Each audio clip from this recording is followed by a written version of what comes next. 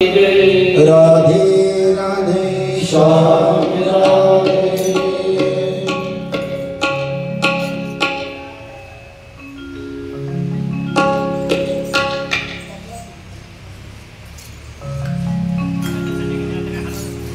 प्रभू रामचंद्रांनी वानरा हातून त्या ठिकाणी सेतुबंधनाचं काम केलेले आहे। भगवंताच्या नामाच्या योगानं समुद्राच्या पाण्यावरती दगड सुद्धा तरले आणि तो सेतू तयार झाला।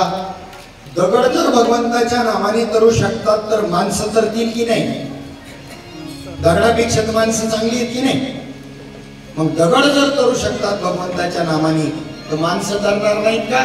म्हणजे नामाचा प्रभाव हा एवढा आहे। नाम तुझे नारायणा नाम तुझे रे नाम तुझे रे नाम तुझे रे नारायणा नाम तुझे रे नाम तुझे रे नाम तुझे रे नारायणा होनी पासना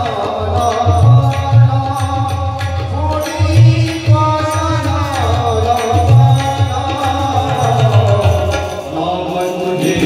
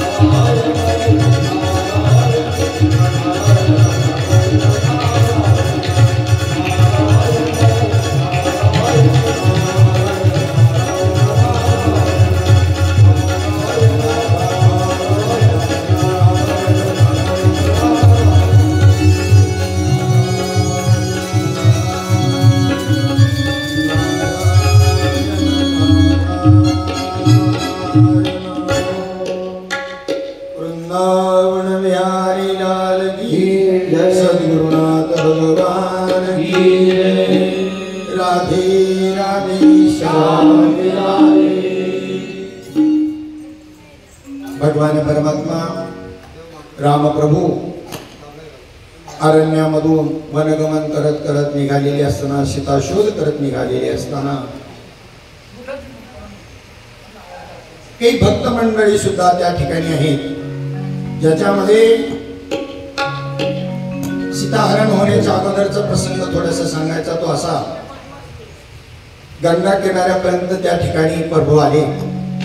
चित्रकूट पर्वत, गंगा किनारा, प्रयागच्या ठिकाणी गंगा पार करून जायचं आहे. आणि त्यावेळेला तिथे जो नावाडी उभा होता, त्या नावाड्याला प्रभूने विनंती केली की मला पलीकडे जायचे, मला नावेमधून पलीकडे घेऊन जा. बोल.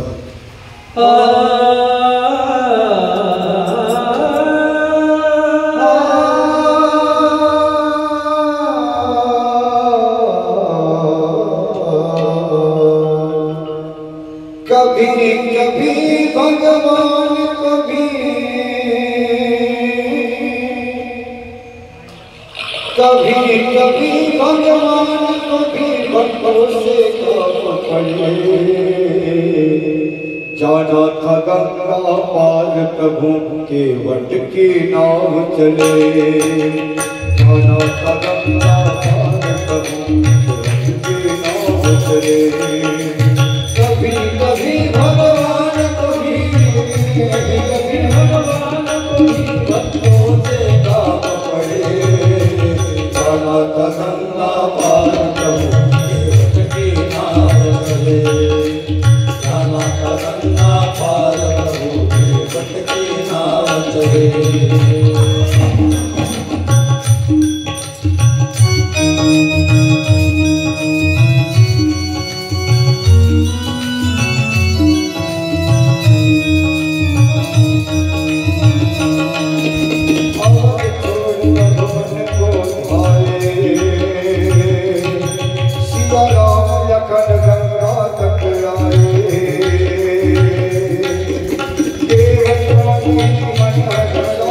घर बैठे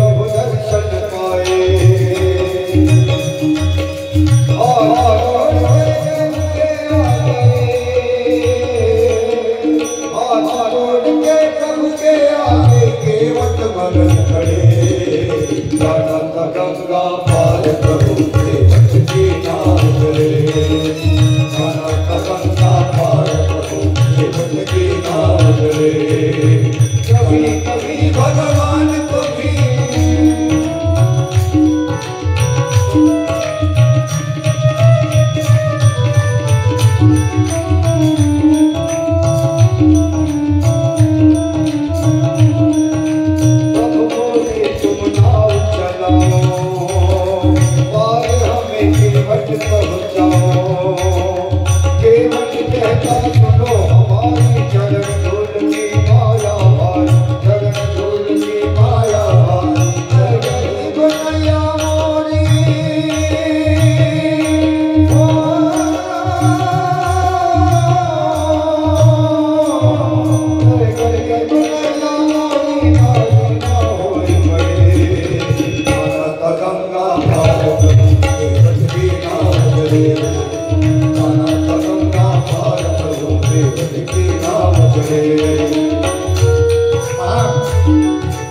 प्रभूजी त्या नावेमध्ये बसायला लागल्यानंतर तो केवट किंवा नावाडी प्रभूला काय म्हणतो, आम्हा मला तुमची पूजा करायची म्हटल्यावरती मोठी माणसं कधीही आपली पाद्यपूजा करून देत नाही, पण केवट असा हुशार आहे. मी ऐकलंय तुमच्या चरण धुलीनं एका दगडाची काय झालेली आहे, स्त्री झालेली आहे. न जाणून चुकून तुमच्या पायाच्या चरणधुलीनं माझ्या नावेची जर स्त्री झाली तर माझं पोट या सगळ्या नावेवर आहे, आणि त्याची जर स्त्री झाली तर माझं पोट भरायचं साधन निघून जाईल.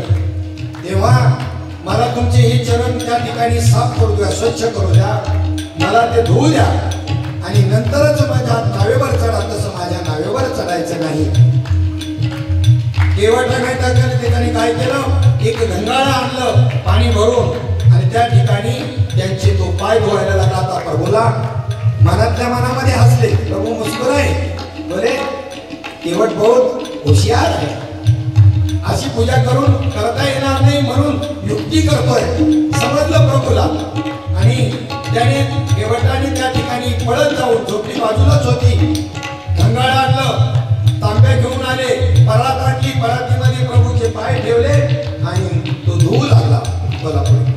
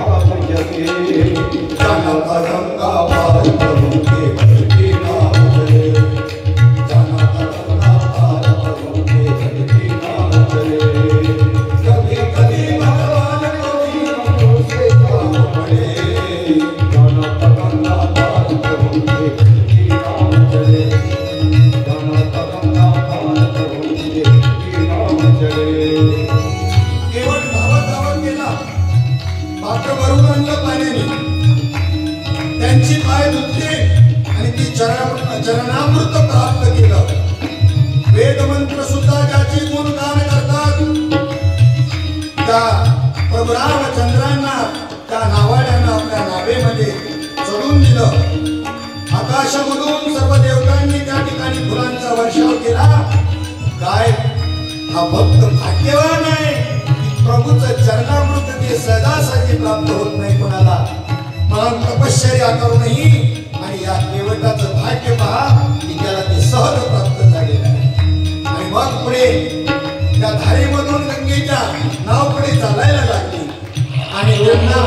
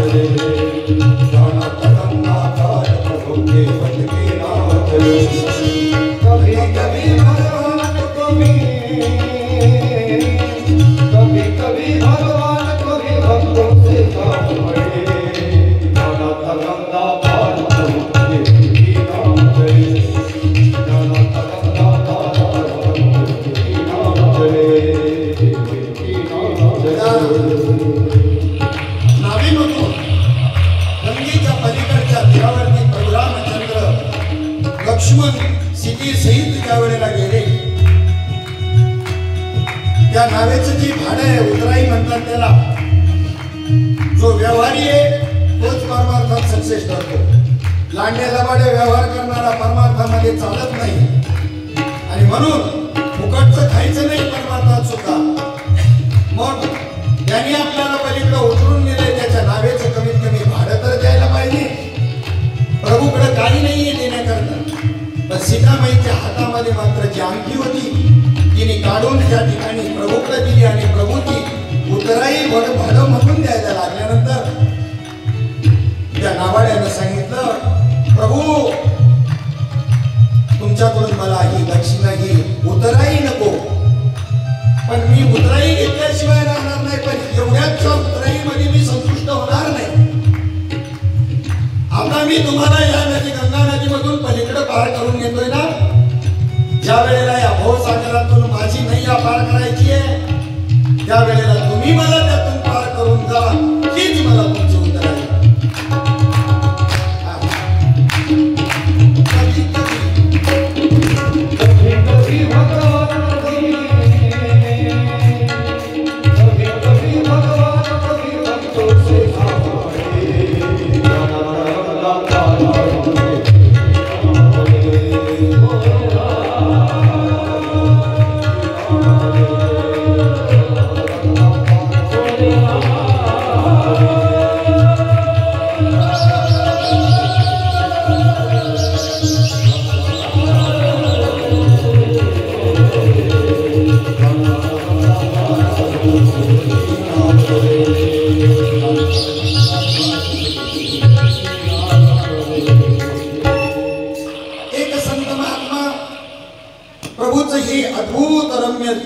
चरित्र पाहून वारंवार त्या प्रभूला प्रार्थना करतो की हे भगवान, कधी रामाच्या रूपामध्ये कधी कृष्णाच्या रूपामध्ये येऊन आणि तुम्हाला भेटत जा, दर्शन देत जा.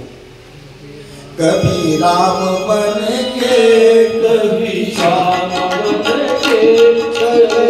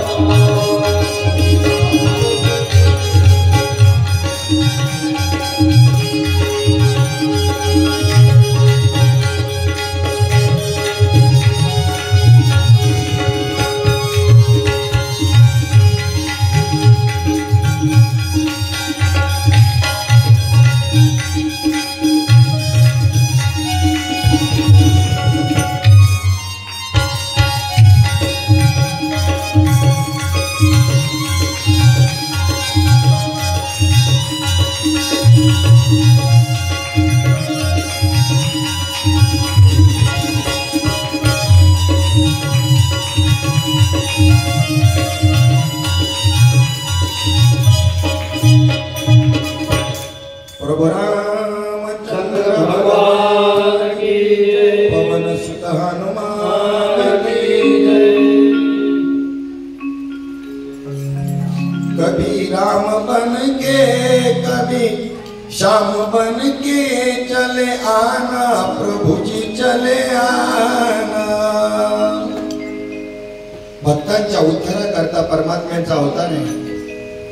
मातंग ऋषींनी सांगितलं, शबरीच्या जीवनातली कथा पहा कशी आहे। लहान असताना आता उपवर झाली, लग्न ठरलंय आणि उद्या लग्नाचा समय आहे, लग्नाची तारीख आहे। त्याच्या आदल्या दिवशी कुलधर्माच्या रीतीप्रमाणे जे त्या ठिकाणी 50 बकरांची दावण आणि त्यांची हत्या करायची आहे आणि दुसऱ्या दिवशी लग्न सोहळा आहे। आलेल्या नातेवाईक मित्रमंडळींना आणि ती जेवण खाऊ घालायचं आहे।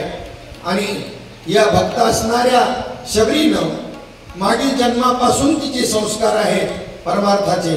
तिने त्या ठिकाणी रात्रीच्या वेळेला दया येऊन त्या सगळ्या बकरांना सोडून दिलं आणि स्वतः सुद्धा त्या ठिकाणावरून पलायन केलं। संसारामध्ये जन्म घेण्याकरता पडण्याकरता मी जन्म घेतलेला नाही, मला माझ्या प्रभूची प्राप्ती करून घ्यायची आहे, हा लहानपणापासून भाव तिच्या चित्तामध्ये होता। मजल दर मजल करत आपल्या गावाचा परित्याग करून घनघोर अशा जंगलामध्ये चित्रकूटावरती आणि त्या ठिकाणी ही शबरी दिल्ली त्या ठिकाणी मुलगी आलेली आहे। मातंग ऋषी तिला त्या ठिकाणी भेटली गुरुरूपाने. त्यांनी अनुग्रह दीक्षा दिली आणि त्यांनी त्यानंतर देह ठेवला. त्याच्या आधी तिला सांगितलं, शबरी, दिलेली मी साधना जर तू त्या ठिकाणी भावपूर्वक श्रद्धापूर्वक जर गेली तर एक ना एक दिवस प्रभू रामचंद्र तुला दर्शन देण्याकरता या ठिकाणी आल्याशिवाय राहणार नाही. कोणत्याही प्रकारची उपाधी नको म्हणून गंगा किनारी झोपडी पर्णकुटी बांधून शबरी राहू लागली. जवळच पर्णकुटी असल्यामुळं पाणी भरण्याकरता घडा सुद्धा ठेवला नाही. तहान लागल्यानंतर पाणी प्यायचं गंगेत जाऊन, म्हणजे पुन्हा ती गाडा धुवायला नको, घासायला नको, आपला वेळ व्यर्थ जायला नको. जया परमार्थी चाड तेनी सांडावे लिगाड, धरोनी भजनाची चाड नित्यने मादरी. उपाधीच नको याकरता अशा पद्धतीने आणि रोज उठल्यानंतर प्रभू रामचंद्रांची वाट पाहत बसणारी ही शबरी. राम आएगे आएगे राम आएगे, राम आएगे आएगे राम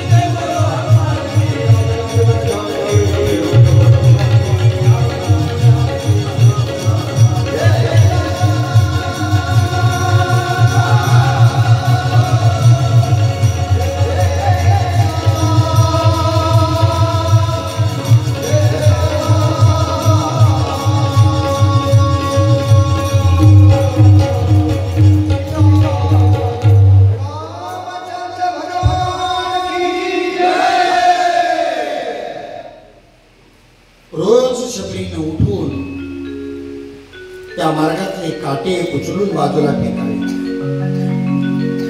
आपण यातून धडा घ्यायचा की कोणाच्या मार्गामध्ये फुलं बनता नाही आलं ना तर काटे सुद्धा, तर कमीत कमी काटे तरी बनवू नका. काय फूल नहीं बन सके मगर तो काटे बनकर मत रहना. भला किसी का कर न सके तो बुरा किसी का मत करना. भला किसी का कर न सके तो बुरा किसी का मत करना. नहीं बन सके आगे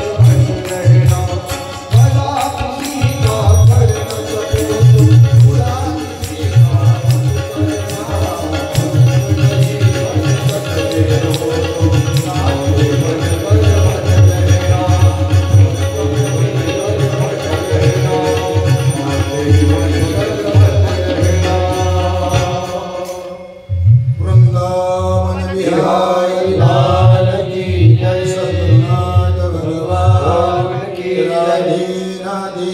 क्या मिलावे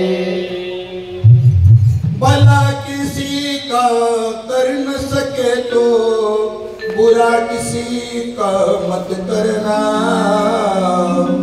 पुष्प नहीं बन सके तो कांटे बनकर मत रहना। जय हो। जय हो। रोज प्रातःकाळी उठून प्रभूच्या मार्गामधले खडे काटे वेचून बाजूला टाकायची। आज माझे प्रभू येतील। सद्गुरूने सांगितले एक दिवस तरी तुला प्रभू रामचंद्र भेटल्याशिवाय राहणार नाही। आशेनं तिने त्या ठिकाणी तो मार्ग साफ करावा, काटे वेचून काढून फुलं टाकावीत। रानामध्ये जाऊन त्या ठिकाणी जी फळं असतील ती फळं घेऊन यावी। त्याच्यामध्ये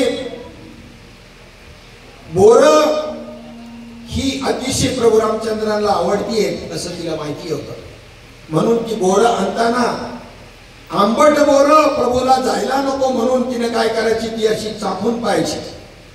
तुका म्हणे चाखून सांगे मग अनुभव आहे। मग गोड आहे का नाही ती फक्त ठेवायची, थोडंसं खायचं आणि ती गोड असेल तर द्रोणामध्ये ठेवायचं, आंबट असेल तर टाकून द्यायचं आणि असे द्रोण भरून त्या ठिकाणी घेऊन यायची।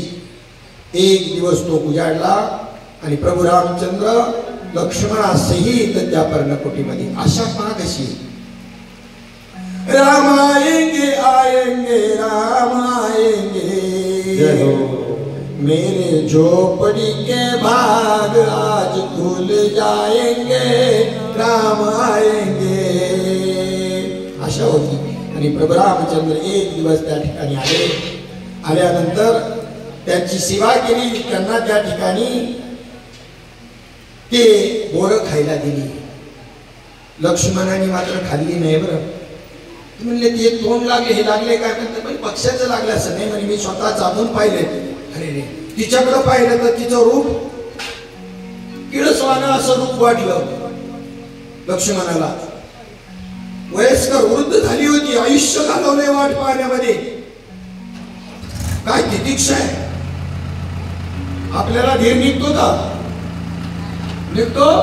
धीर निघत नाही म्हणून साधुकी तुम्हाला तसं भेटला आणि पटकन तुम्हाला भगवंत प्राप्त करून दिला, पण चित्तवृत्ती स्थिर कुठं झाली? तुम्हाला भेटलाय ना, आता त्याला उपभोगता येत नाही तुम्हाला। त्याचं कारण तुम्हाला हे जे पी आळन हो गोरी सवय लागली ना, साधूच्या संगतीमध्ये पटकनची गोष्टीची सवय लागली ना, मग आता हे जे बोर्ड लागले का नाही हॉटेलच्या बाहेर, इथे चुलीवर केलेली भाकरी मिळेल, कालवण मिळेल, काय होतं तर ती असं समोरसून निघत होती, एक रूप होतं शिजवताना जो जाळ लागतो ना त्याला, आणि गॅसवर तर जे आहे ना इतकं गरम करतं ते असं त्याच्यामध्ये मिक्सअप नाही होत चांगलं। त्याला साधनेची किंमत आहे, ज्याला श्रम पडले, ज्याला त्रास जाणवला त्याला। आपल्याला एवढं महत्व वाटतं की नाही काय माहिती, तुमचं मला नाही माहित, पण मला काही एवढं महत्व वाटत नाही तेवढं श्री गुरुचंद्र नामाचं, कारण सहज मिळालं ना, काही श्रम नाही ना पडले। बाप कमाई आप कमाई काहीच नाही आपली, आणि आप कमाई करण्याकरता प्रबोध आहे। बाप कमाईनं तुम्हाला साक्षात्कार झालाय, आहे ब्रह्मस्थिती दिली त्यांनी, पण तुम्हाला त्याचं महत्व कळावं याच्याकरता प्रबोधाची साधना दिलेली आहे, पण कोणी करायला मागत नाही। भगवंताच्या भक्तीमध्ये हे पहा एक असं आहे की नावेमधून पलीकडे बसून चाललेले आहे बरेचशी माणसं, आणि एक पोहत चाललेला आहे त्याच गंगेच्या पाण्यामध्ये। तर दोन्ही तीरावरच्या माणसांचं लक्ष नावेत बसलेल्याकडे असेल का जो पोहत चाललाय त्याच्याकडे असेल? पोहत चाललाय तो पुरुषार्थी आहे, पुरुषार्थानं तीर गाठायला निघालेला आहे। पुरुषार्थामध्ये पुरुषार्थाला महत्व आहे। गुरु कृपेनं जे भरोसागर करून जायला निघालेले आहेत ना, त्यांच्यामध्ये पुरुषार्थ नाही, ते परावलंबी बनले। गुरु करील ना, सगळं गुरु करील, सगळं गुरुनच करायचं, यांनी नाही काय करायचं, याचं चिंतन गुरुनीच करायचं। हे असं नावेतून जाणाऱ्याला त्याचं महत्व नाही वाटत, हे लोकांना माहिती आहे म्हणून की त्यांच्याकडे नाही पाहत नावेतून जाणाऱ्याकडे। जो पुरुषार्थाने तरुण जायला निघालाय ना पोहत, मग पहिल्यांदा तुमच्याला नावेमधून पलीकडच्या तीराला घेऊन जातात सद्गुरू, कशातून? अनुग्रहाच्या नामातून। पण पुरुषार्थ करण्याकरता आणि तुम्हाला प्रबोध दिलाय तिथे क्रियायोगाने साधना करून आणि तुम्ही त्या ठिकाणी आपल्या पुरुषार्थाने ती बैलगिरी गाठायचे. असे हे साधनेचे 2 टप्पे आहेत. पुसणी असतात ना, पुसणी, त्यांना श्रम करायची अशी सवयच नाही. तपश्चर्या आवडणार नाही, कुठली परिक्रमा आवडणार नाही, कुठली वारी आवडणार नाही, पूजापाठ अर्चा आवडणार नाही, ग्रंथ पाहणं नाही, काही नाही, काही नाही, काही नाही. ही पुसणी गुरुकृपेवर पुसलेली नुसती पुसणी. पण पुरुषार्थी माणसाला किंमत कळत असते त्या साधनेची. दुर्दैव त्यांचं अजून तेवढं पुण्य तयार झालं नाही. जेव्हा होईल त्यावेळेला त्यांचा हा मेळ बसणार आहे. परंतु त्यांना जेवढं महत्व आहे परमार्थाचं, नामाचं, बोधाचं, तेवढं ह्या पोचण्याला नाही. हो, मग याच्या करता आपल्या जीवनामध्ये आपण पुरुषार्थ साधला पाहिजे. साधू संतांनी तो पुरुषार्थ साधला. जे पुरुषार्थ सिद्धी 4 घेऊन आपल्या हाती रिघाला भक्तिपंथी जगा देतो. अनेक जीव जंतूंचा, ऋषी मुनी, वृक्ष पाषाण यांचा उद्धार करत करत करत करत वनगमन करतायत. केवळ त्याच करता आले होते. काही काहीने मागितलेली मागणी वनवास 14 वर्षाचा हे निमित्त आहे. पुढे त्या ठिकाणी समुद्र हनुमंतरायांची भेट, सुग्रीवाच्या माध्यमामधून सीतेचं शोधन, लंकापुरी दहन, रावण कुंभकर्ण यांचा वध, विभीषणाला लंका देणं, हे सगळ्या लीला त्या ठिकाणी राम अवतारामध्ये घडल्या. त्रेतायुग संपत आलं, द्वापार युगाला प्रारंभ झाला. पण हे दुष्ट प्रत्येक युगामध्ये असतात. आणि त्याच वेळेला त्या द्वापार युगाला सुरुवात झालेली असताना मथुरा नगरीमध्ये उग्रसेन नावाचा राजा राज्य करत होता. आणि त्याचा पुत्र जो कंस आहे, वास्तविक तो काही वाईट वृत्तीचा नव्हता, खूप चांगला होता. त्याची बहीण देवकी ही चुलत बहीण आहे. त्याची चुलत काय, सख्खी काय, एकच बहीण, त्यामुळे तिच्यावर अतोनात प्रेम होतं. आणि तिचा विवाह सोहळा संपन्न होत असताना वरातीच्या वेळेला कंस स्वतः त्या रथावरती आरूढ होऊन आणि त्या वरातीमध्ये सहभागी झालेला आहे. वसुदेवा देत देवकी बहीण, लग्ना माझी विघ्न झाले ऐका. आणि त्याच वेळेला आकाशवाणी झाली, आठवाईचा पुत्रवधील तुलसी ऐकोनी मानसी चिंता. आकाशवाणीने सांगितलं, हे कंसा, त्या बहिणीचा थाटामाटाने विवाह सोहळा तू संपन्न करतो. तिच्या पोटी जन्माला येणारा 8वा पुत्र तुझा बहिणी आहे, तो तुझा नाश करणार. बहिणीवर एवढं प्रेम करणारा कंस हातामध्ये खड्ग घेतलं. घेऊनी या खड्ग माराया, घेऊनी या खड्ग माराया.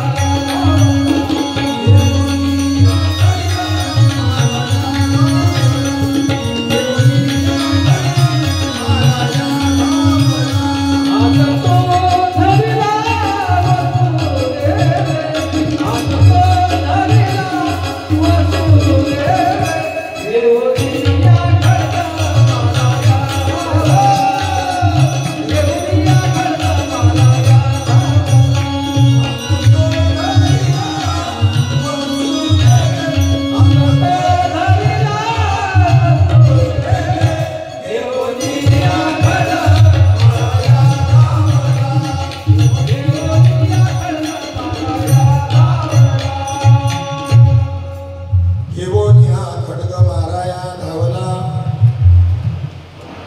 बहिणीला मारायला धावला. वसुदेवाने हात घातला. श्री हत्ये इतकं बाल हत्येसारखं, ब्रह्म हत्येसारखं पातक नाही. मग हिचा 8वा पुत्र मला मारणार आहे. इलाज खलास केल्यानंतर तिचं पुन्हा पुत्र होण्याचा प्रश्नच राहणार नाही. ना रहेगा बास तो नाही बजेगी बनसे. बासच जर म्हणजे वेळूच जर कट करून टाकली तर बासरी बनवायला काय त्या ठिकाणी बनसरी बनवायला वेळ लागतो ना. मग मुळातच छेदन करून टाकायचं असा विचार त्या ठिकाणी कंसाने केला. पण आजचं मरण उद्यावर ढकललं. वसुदेव विद्वान होता. या आमचा 8वा मुलगा तुम्हाला मारणार आहे ना, आम्हाला दोघांना बंदी शाळेमध्ये टाका.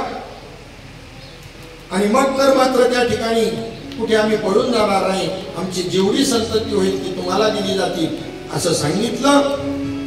बंदी शाळेमध्ये वसुदेव देवकीला टाकलं. हातापायामध्ये मनाच्या बेड्या. कशाच्या बेड्या? मनाच्या बेड्या.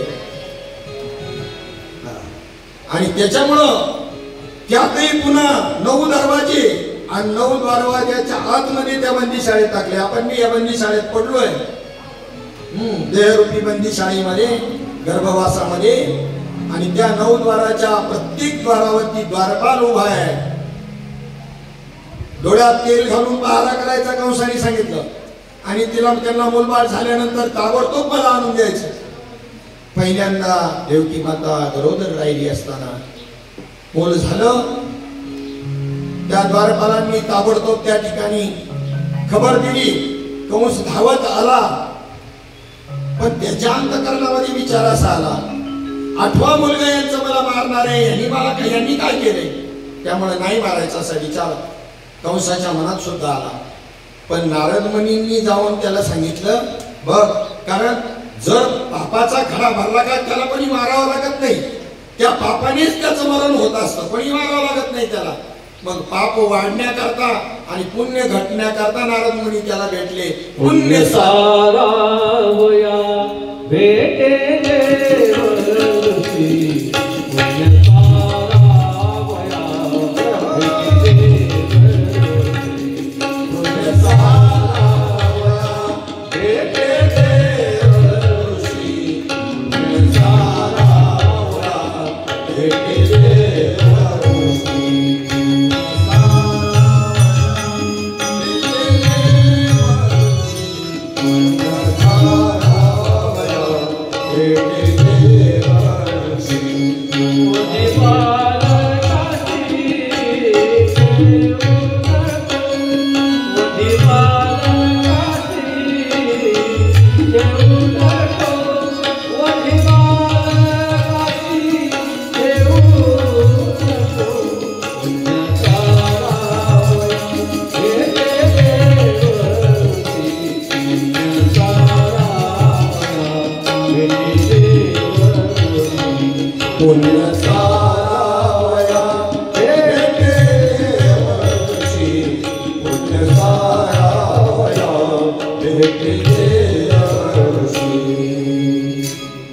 पुण्य सारावया भेटे देवऋषी, पुण्य सारावया भेटे देवऋषी.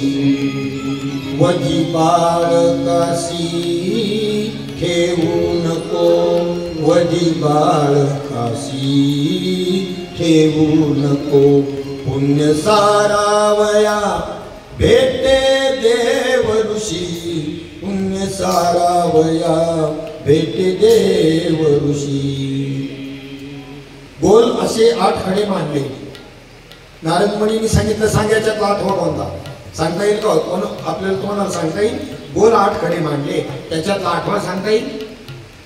तुम्ही जिथून पाहिला धराल तर तो त्याच्या पुढचं कोणी जर मोजायला लागलं तिथून पुढं तर कोणताही 8वा होऊ शकतो. पहिला 8वा होऊ शकतो, 8वा पहिला, दुसरा बी 8वा होऊ शकतो, तिसरा बी, कोणताही 8वा. मोजणाऱ्याने कुठून मोजायचं? त्यामुळं त्याच्या डोक्यामध्ये घुसवलं, एकही बालक ठेवू नको, वधी बालक अशी ठेवू नको. धावत गेला.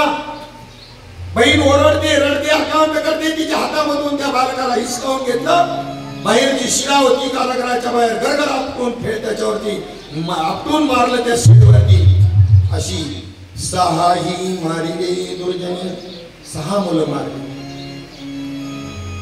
अन्याय अत्याचाराला कंसाने सुरुवात केली. बापाच्या विरुद्ध बंड केलं, सैनिकांचं बंड केलं, जसं बांगलादेशमध्ये आता झालं. राजवट उलथून टाकली त्यांनी शेख हसीनाची, तशी यांनी राजवट उलथून टाकली उग्रसेनाची. जो पोरगा बापाला जेलमध्ये टाकतो तो काय गुन्ह्याचा असेल बघा. आणि वसुदेव देवकी तर बंदी शाळेत होतीच, पण बापाला सुद्धा जेलमध्ये टाकलं, कारभार आपल्या हातामध्ये घेतला. अशा पद्धतीने 6 बालकं जे वधलेली आहेत अन्याय अत्याचार ऋषी मुनी ब्राह्मण यांच्यावरती गायीचा वध करायचा.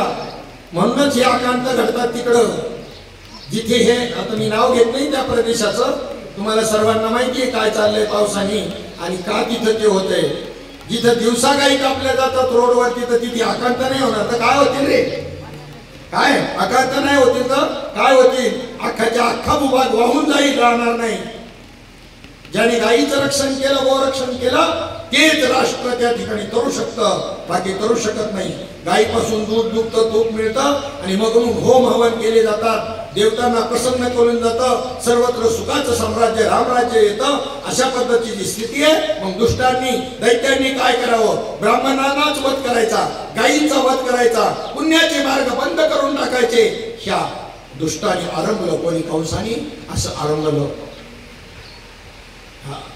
आणि त्या साधूंनी, त्या संतांनी त्यांनी शाप दिला, भरलाय घरा तुझा, आता थोडा वेळ थांब. शाप देणारा सुद्धा त्या ठिकाणी त्यांनी जेलमध्ये टाकलं.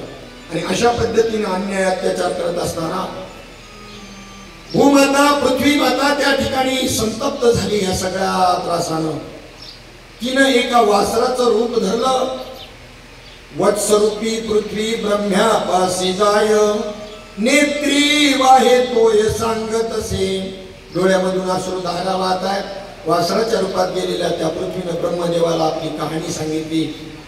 ब्रह्मदेव सर्व देवतांना घेऊन महाविष्णूकडे गेले. शेषावर शयन केलेल्या महाविष्णूकडे गेले. त्यांची प्रार्थना केली सर्व देवतांनी.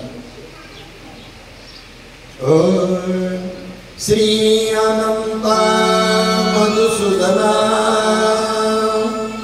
पद्मनाभा नारायणा जगद्व्यापका जनार्दना आनंदघना विनाशा. ती प्रार्थना ऐकून योग निद्रेमध्ये शयन करणाऱ्या महाविष्णूंनी सांगितलं, घाबरू नका, काय झाले मला सांगा. आणि त्यांनी ती व्यथा सगळे सांगितली. पृथ्वी सहित सगळे जे गेले होते देवता ब्रह्मदेवासहित. शेषाला सांगितलं, आता चला अवतार घेऊ. आता आपण आता अवतार घेण्याची वेळ आलेली आहे, दुष्टांचं निर्धारण करण्यात आलं. परित्राणाय साधूनां विनाशाय च दुष्कृतां धर्म संस्थापनार्थाय संभवामि युगे युगे. भक्ता राखी पायापासी दुर्जनाशी समारी. भगवंत अवतार घ्यायला सिद्ध झाले. सर्व देवतांना सांगितलं, यादव होऊन गोकुळामध्ये कोणी कोणत्या नावानं गोपाळ व्हायचं, कोणी काय व्हायचं. ज्या दासी होत्या राधेच्या तिथे वैकुंठामध्ये असं गोकुळ आहे तिथे. भगवंताने सांगितलं आपल्याला लीला क्रीडा करण्याकरता मृत्यू लोकांमध्ये जायचंय. राधा म्हणली तिथं अशा सहचारिणी मैत्रिणी असतात का? तिथे यमुना नदी असेल का? असे इथे आहे अशी. तिथे रासक्रीडा होईल का? तर मला यायचं नाही, तर मी येणार नाही. कृष्णाने सांगितलं असंच्या असं सगळं मी तिथे येणार आहे. तुम्हाला सगळ्यांना यायचे, आपल्याला जायचे, त्याची पूर्वतयारी केलेली आहे मी, मग चालेल म्हणजे. आणि त्या पद्धतीनं ती सिद्धता चाललेली आहे. या सगळ्यांनी अवतार घेतला जागोजाग गोकुळामध्ये, मथुरेमध्ये, त्या परिसरामध्ये सर्व देवदेवतांनी.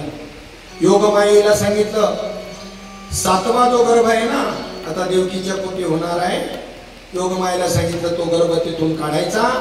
आणि इकडं वसुदेवाची दुसरी जी पत्नी आहे त्या ठिकाणी कुठे आहे ती? गोकुळामध्ये. नंदराजाकडे आहे. नंदराजा मित्र आहे वसुदेवाचा.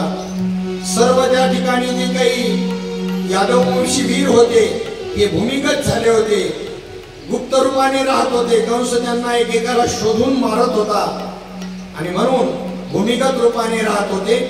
आणि वसुदेवाच्या त्या ठिकाणी मित्र जो नंद आहे तिथे त्यांनी आपली जी काही दुसरी पत्नी आहे रोहिणी तिला तिथे ठेवलेलं होतं की संगोपन करा, मित्राला सांगितलं होतं. आणि तो गर्भ काढून योगमायेला रोहिणीच्या उदरामध्ये न्यायला सांगितला. योगमायेला 7वा जो गर्भ योगमायाने नेऊन घालत रोहिणी उदरी, रोहिणीच्या उदरामध्ये. आणि तोच शेषाचा अवतार असणारा बळीभद्र. आणि अजून काय सांगितलं? कन्येच्या रूपानं त्या ठिकाणी तू नंदाच्या तिथे जन्माला यायचं, ही सगळं सिद्धता केलेली आहे. आणि भगवान परमात्मा त्या बंदी शाळेमध्ये 8व्यांदा गर्भवती असणारी प्रसूत होण्याकरता सज्ज झालेली देवकी त्यांच्या समोर आणि त्या ठिकाणी शंख चक्र गदा पद्मधारी रूपामध्ये प्रगटले. वसुदेवाने सांगितलं, अशाच रूपामध्ये आमच्या समोर आल्यानंतर तुला आमचा पोरगा कोण म्हणत? तो म्हणला, मी छोटा होणार आहे, पण तुम्हाला काही सूचना द्यायच्या आहेत तेवढे सांगण्याकरता मी पुढे आलोय, मोठ्या रूपामध्ये आलेलो आहे. आता तुम्ही काय करायचं, एक टोपली आणा, त्या टोपलीमध्ये मी बालक होईल त्या वेळेला त्याच्यामध्ये मला ठेवा. श्रावणबद्ध अष्टमीचा दिवस आहे आणि त्यावेळेला भगवान परमात्म्याचा अवतार झालेला आहे. रोहिणी नक्षत्रावरती रात्री त्या ठिकाणी 12-12:30 दरम्यान हा अवतार झालेला आहे. आणि त्या ठिकाणी सांगितलं काय करायचं, नंदाच्या घराला मग नेई गोकुळा.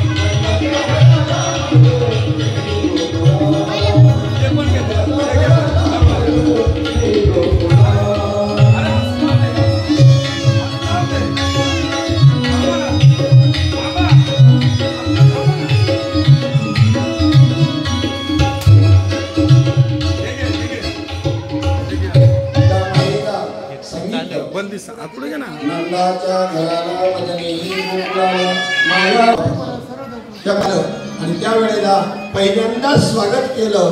आणि स्वागतामध्ये आपणही त्या कृष्ण भगवंताचं आपण स्वागत करूया. स्वागतम कृष्णा सुस्वागतम.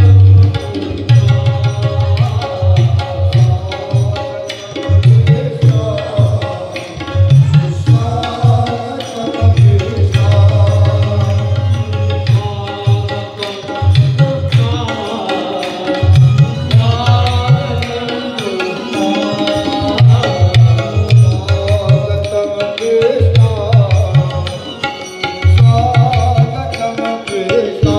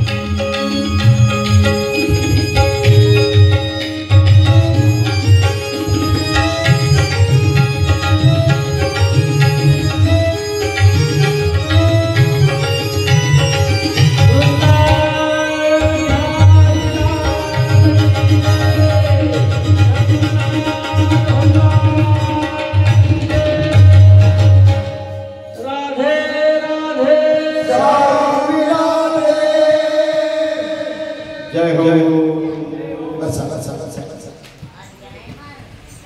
भगवान कृष्ण भगवंताचा गोकुळामध्ये अवतार झाला. आनंदल्या नरनारी. काय सुरुवात काय आहे त्याची? आनंदल्या नरनारी. बाळकृष्ण नंदा घरी आनंदल्या नरनारी. सर्व नरनारींना आनंद झाला बाळकृष्ण घरा आल्यानंतर. भगवान शिवशंकरांना हा अवतार झाल्याचं कळल्यानंतर त्यांनी कृष्णाला भेटीचा जायचं ठरवलं. त्यांचे शृंगी आणि भृंगी हे दोन सेवक होते. त्यांनी जाण्यासाठी हट्ट धरला की आम्हाला पण यायचं. शंकर भगवंत म्हणाले मी एकटाच जाईल, तुम्हाला दोघांना सोबत नेल्यानं माझ्या ध्यानामध्ये विघ्न येईल, विक्षेप येईल. बुधवारी बाबा नेहमी सांगायचे प्रपंचात तिघ असावा. प्रपंचात किती असावे? तिघे.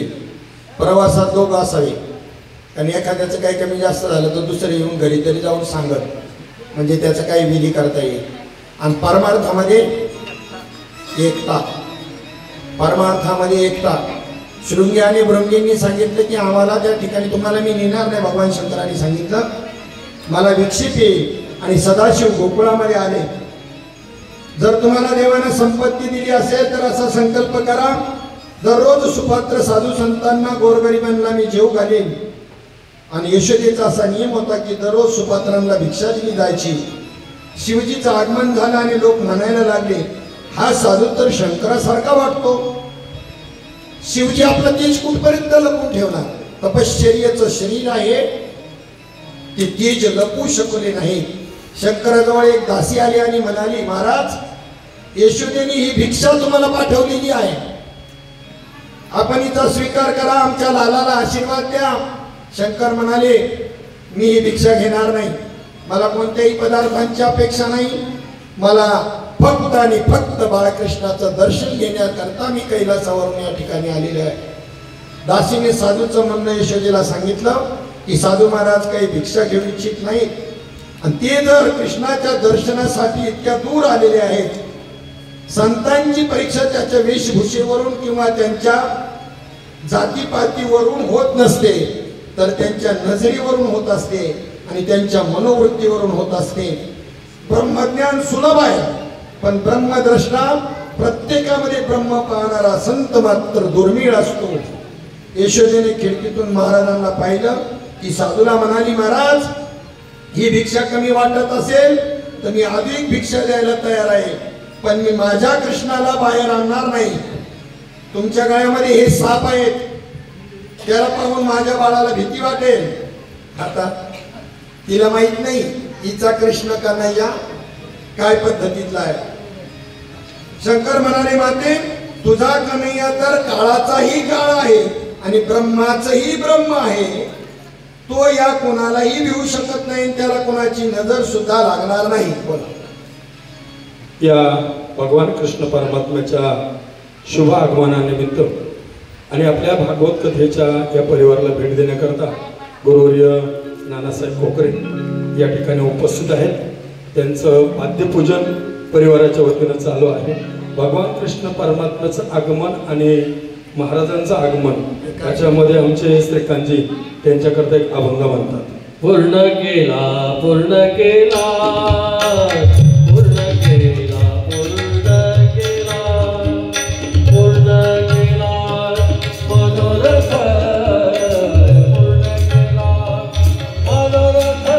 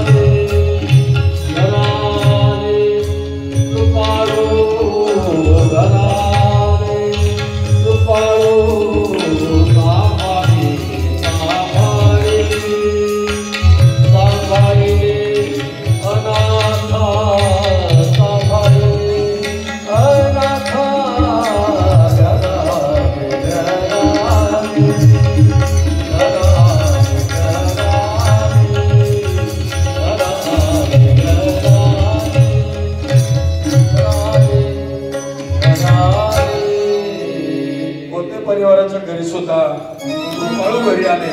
भागवत कथेमध्ये भगवान कृष्ण परमात्मा आपल्या कथेला भेट देण्याकरता भगवान कृष्ण परमात्मा बाल रूपात आपले व्यासमुनी शुकमुनी गुरुवर्य बाबांच्या बाजूला बसलेले आहेत. आणि माझ्या यशोदेला आनंद झालाय की भगवान शिवशंकरजी जोगी रूपानं या गोकुळामध्ये प्रवेश केलाय आणि त्याचं सुद्धा स्वागत भगवान शंकराचं स्वागत. ऊंचे ऊंचे मंदिर तेरे भोलेनाथ, ऊंचा है तेरा धाम, हे कैलाश वाले भोले बाबा, हम सब कर दे तुम्हें प्रणाम. नगर में जो भी आया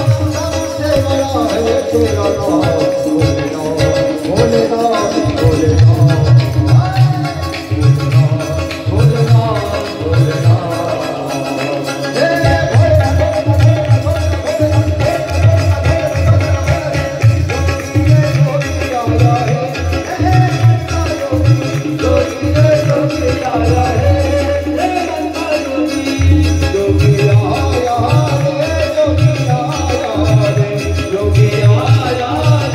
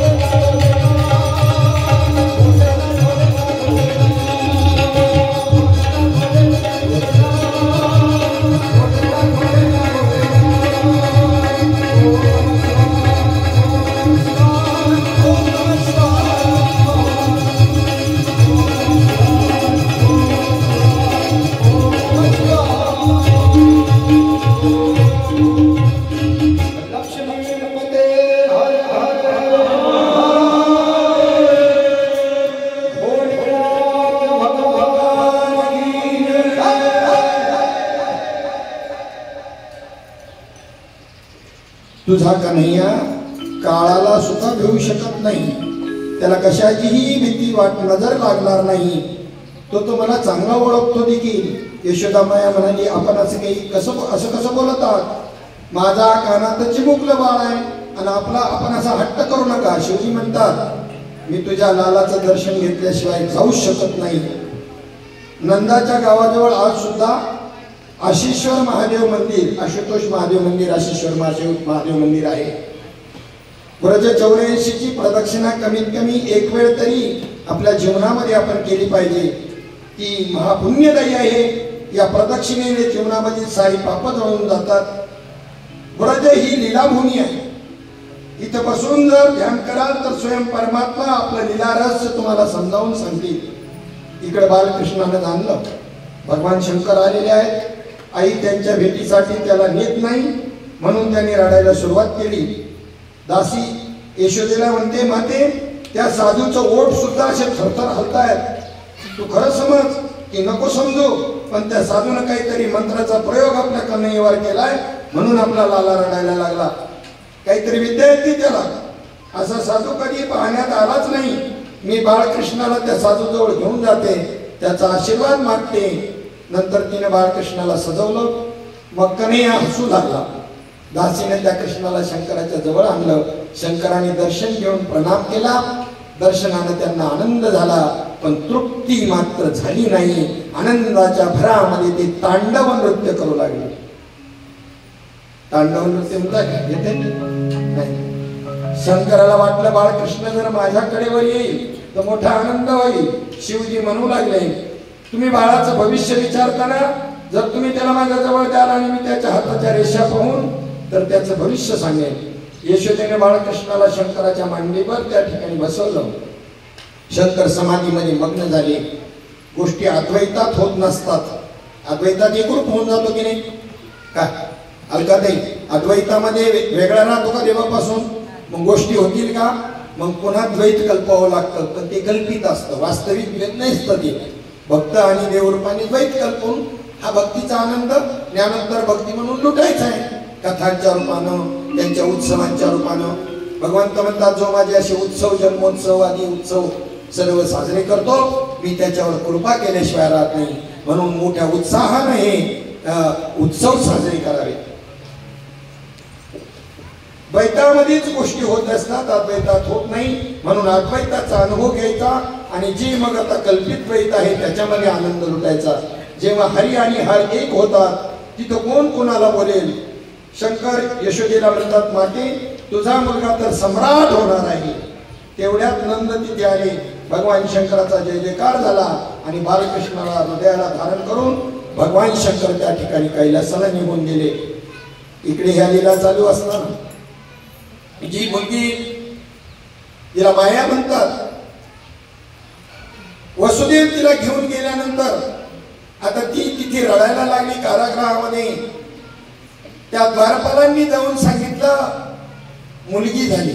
तो म्हणला मुलगी हो नाही तर मुलगा असो. आठवाय ना, तो कोणत्या रूपामध्ये कपटी विष्णू येईल आणि मला मारेल सांगता येत नाही. धावत आला. देवकीच्या हातामधली मुलगी हिसकावून घेतली. देवकी सांगते, अरे दादा ही मुलगी आहे. नाही नाही नाही नाही, त्या काळ्याचं काही खरं नाही. तो मुलीच्या रूपात येऊन माझा काटा काढील, मला मारील, मी सोडणार नाही. हातामधून ती मुलगी हिसकावून घेतली. गरगर फिरवली आणि त्या शेळीवर आपटलं. आतापर्यंत माया कोणाच्या हातामध्ये आली काय? नाही. कंसाच्या हातात येईल का? योग्यांच्या सुद्धा हाताला चढणं कठीण आहे तपश्चर्या करून, तर कंसाच्या काय हातात येईल? त्याच्या हातामधून निसटली. आकाश मार्गाने जाताना अष्टभुजा अशा देवीचं रूप तिने धारण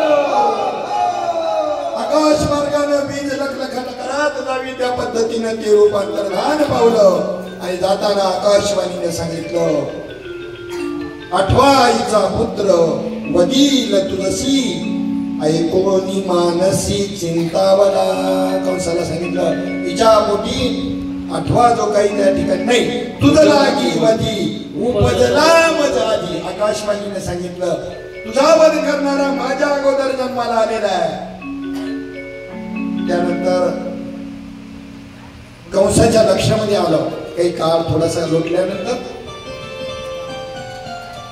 तसं तर खूप काळजी घेतली होती. थोडेसे मोठे झाल्यानंतर त्यांचा नामकरण विधी सोहळा करण्याचा प्रसंग आला. त्यांच्या कुळातला कुळपुरोहित बोलवायचा तर तो कोण आहे? गर्गमुनी. गर्गमुनींना निरोप दिला. मोठा सोहळा करता येणार नाही का? गर्गमुनी ज्या अर्थी नंदाच्या घरी जातात त्यांचे कुळगुरू नाही येते. हे तर कुळगुरू वसुदेवाचे आहे आणि यांच्या घरी म्हटल्यावर संशय निर्माण होईल कंसाला आणि मग मात्र त्या ठिकाणी घात होईल कृष्णाचा. आणि म्हणून सुप्तपणाने हा नामकरण सोहळा करण्याचं ठरवलं. संध्याकाळच्या प्रहरामध्ये दिवस मावळाच्या वेळेला गर्गमुनींना बोलावलं. सर्व सामग्री आणली आणि घराचा जो गायांचा गोठा आहे त्या गोठ्यामध्ये त्यांची बसण्याची सगळ्या सोहळ्याची तयारी केली छोट्या स्वरूपामध्ये कोणालाही न कळू देता.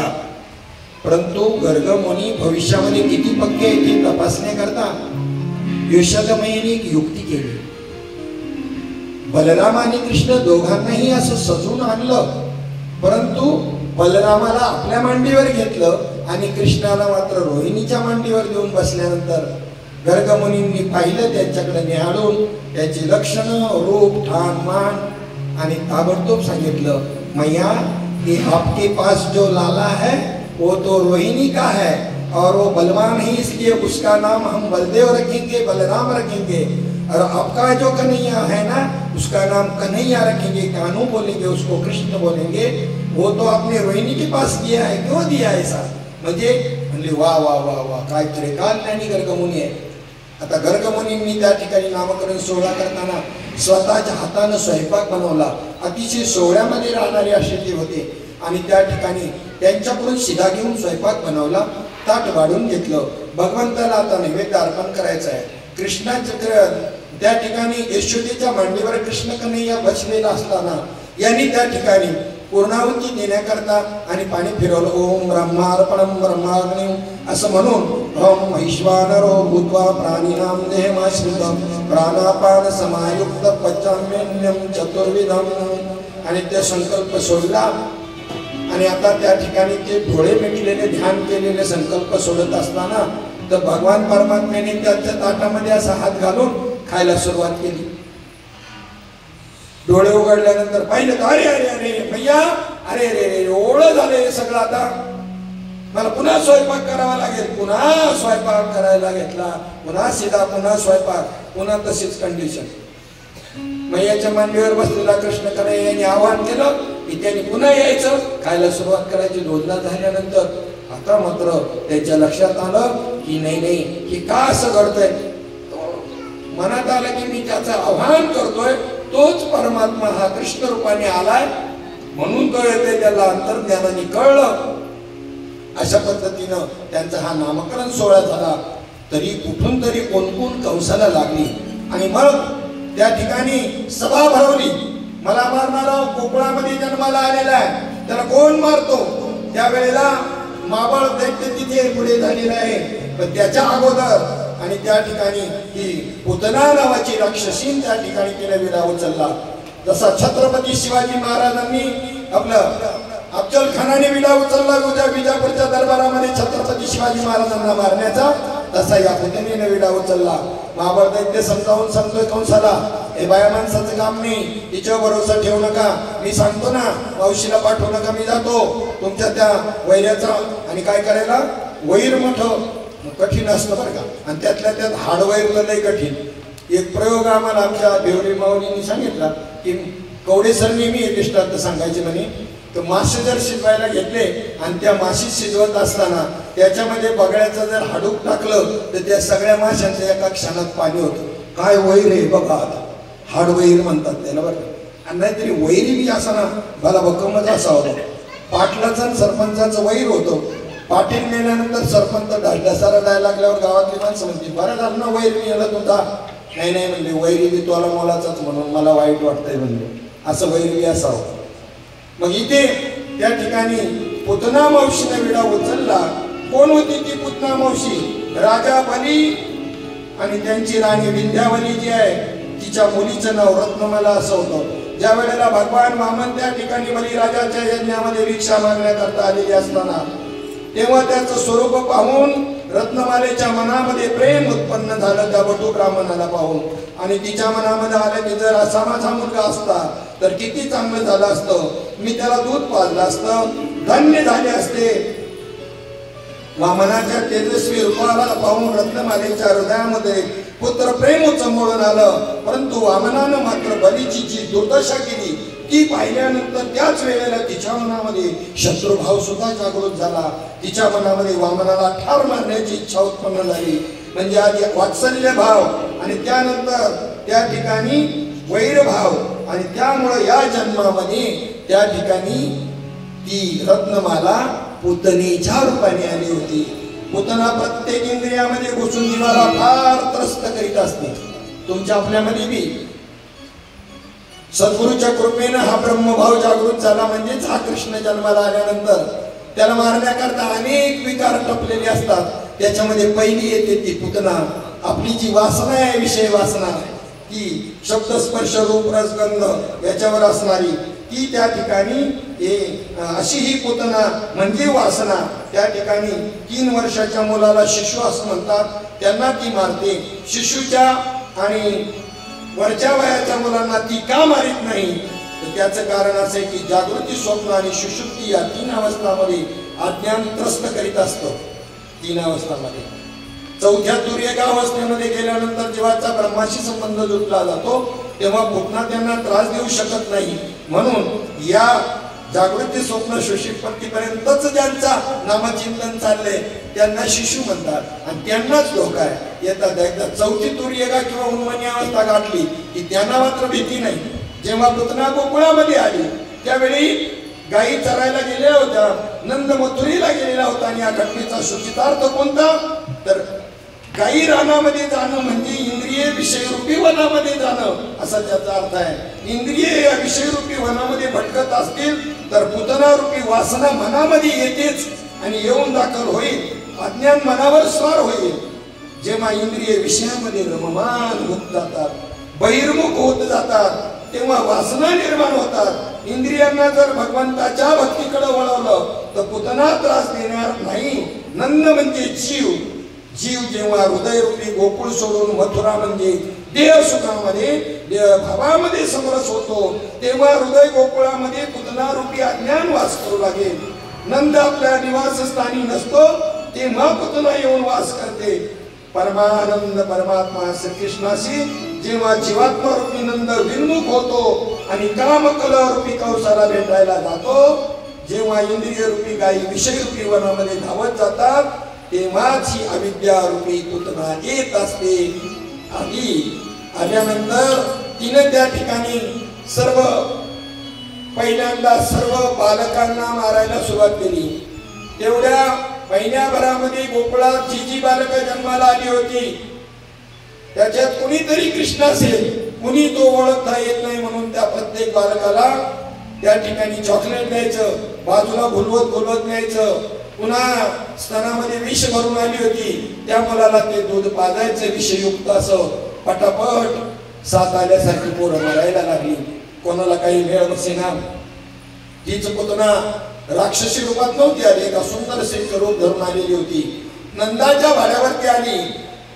यशोदा आपल्या गडबडीत आपलं त्या ठिकाणी दुग्ध दोहन वगैरे कामं करत असताना, घरातली काही घरकामं पाहत असताना दरवाजावर आली आणि आवाज दिला, यशोदा मैया, अगं तुला मुलगा झाला मला सांगितलं नाही? तुला काय वाटलं साडी चोळी द्यावी लागेल? एवढा मोठा वाडा, एवढं मोठं वैभव आणि किती संकुचित तुझी वृत्ती. दिन ना पहिचान तेरा मेहमान, म्हणजे ओळख नाही पाळत आणि लागली त्या ठिकाणी हे करायला. जान ना पहिचान मै तेरा मेहमान. ती विचार करायला लागली, ह्या बाईने कुठे पाहिलं नाही काय नाही आणि ही बळच खेळायला आली. पण आता कसं विचारावं आपल्या घरी आली, कोणाची कोण. पण ते अशी असतात नाही माणसाशी कडून. ती म्हणती कशी, मी सांगू का नाही ओळखलं मला? अहो मोठ्या माणसांना छोट्या गरिबांची कशी ओळख राहील? मी तुमच्या सुनाच्या भावाच्या जावाची नंद आहे. हे एवढं नातं डोक्याला शिंग्याच्या जाऊ दे, ती साडी चोळी परवडली पण टेन्शन नको. हे नातं जुळवायचं सोपं आहे का एवढं? बरं ठीक आहे, बस तिला बसायला पाठीला. ती बसते कसली, ती आली कोणत्या कामाला आणि यशोदा मैया आपल्या कामामध्ये रमणार. विचारलं तुझा कन्हैया कुठे? अगं आता त्याला त्या ठिकाणी धावून मागून झोपवलंय पाळण्यामध्ये. देवाने विचार केला, झोपा काढायला आलेलो नाही मी इथं. बोवणीचे गिरायक आले, बोवणी जर नीट झाली तर धंदा चांगला होत असतो. पहिली बोवणी तर नीट झाली पाहिजे. त्यांनी राडाला पाळण्यात सुरुवात केल्याबरोबर पुन्हा पटकन धावत गेली. खोटारडे अजून जागा आहे, झोपला नाही ना, तिला झोपलाय आणि उचलून घेतलं मांडीवरून, कोपऱ्यामध्ये बसून लगे पदर टाकला आणि त्याला दूध बी पाजायला सुरुवात केली. पहिल्यांदा कृष्णाने तिच्याकडे असं पाहिलं, मावशी जोपर्यंत माझे डोळे उघडे तोपर्यंत तुझे डोळे उघडे राहतील. मी डोळे मिटले रे मिटले का तुझे बी डोळे मिटले बघ मग काय. त्याबरोबर तिने पदर टाकून त्याला पाजायला सुरुवात केल्यावर पहिल्यांदा 5 हॉर्सपॉवरचं इंजिन लावावं तसं पहिल्यांदा सगळं दूध ओढलं, नंतर विष ओढलं, नंतर रक्त ओढलं, नंतर मांस ओढला, नंतर अस्थि ओढल्या. म्हणजे अस्थिगत जो प्राण आहे सगळ्यांमधला प्राण असा ओढून काढल्याबरोबर ती सोड कृष्णा सोड मला सोड सोड सोड. कन्हैया म्हणला एक तर मी पहिलं कोणाला धरीत नाही, त्याच्याकरता किती तपश्चर्या करतात माझ्याकरता, पण मी कोणाला प्राप्त होत नाही. पहिलं तर मी एक तर कोणाला धरीत नाही, आणि एकदा धरलं का सोडायचा माझा धर्म नाही. मी जर कोणाला पकडलं नाही एखाद्याला माझ्या भक्तीला लावलं तर मग मी त्याला सोडत नाही. मग त्यामध्ये ती मुलं आपल्या मूळ रूपामध्ये आली, तिचं धूळ पडलं. बापरे बापरे हाहाकार झाला. कृष्णाला शोधतायत, कृष्ण कुठे गेला, कृष्ण दिसायला तयार नाही. तो तिच्या छातीवर बसून कसं तरी करून खाली उतरवलं, तिचे तुकडे तुकडे करून तिला त्या ठिकाणी लांब कुठे न्यायचं एवढं सगळं हे धूळ तिथेच त्या ठिकाणी जाळलं. तिचा धूळ त्या ठिकाणी मथुरेपर्यंत गेला. कंसाला संकेत मिळाला, मावशी गेली. महाबळ भट्ट म्हणला तुम्हाला सांगत होतो बाया माणसांची कामं नाही, मी जात होतो तुम्ही ऐकले नाही, मावशीला पाठवलं. झाला का पुंडलिकावरती म्हणजे आता असे अनेक दैत्य पाठवले. त्यांच्या संबंधाचं विवेचन उद्याच्या कथेच्या भागामध्ये आपण करू. आजची आपली वेळ 5 वाजलेली वेळ होऊन गेलेली आहे. याच ठिकाणी आजच्या कथेला विराम देऊ. राधे राधे हो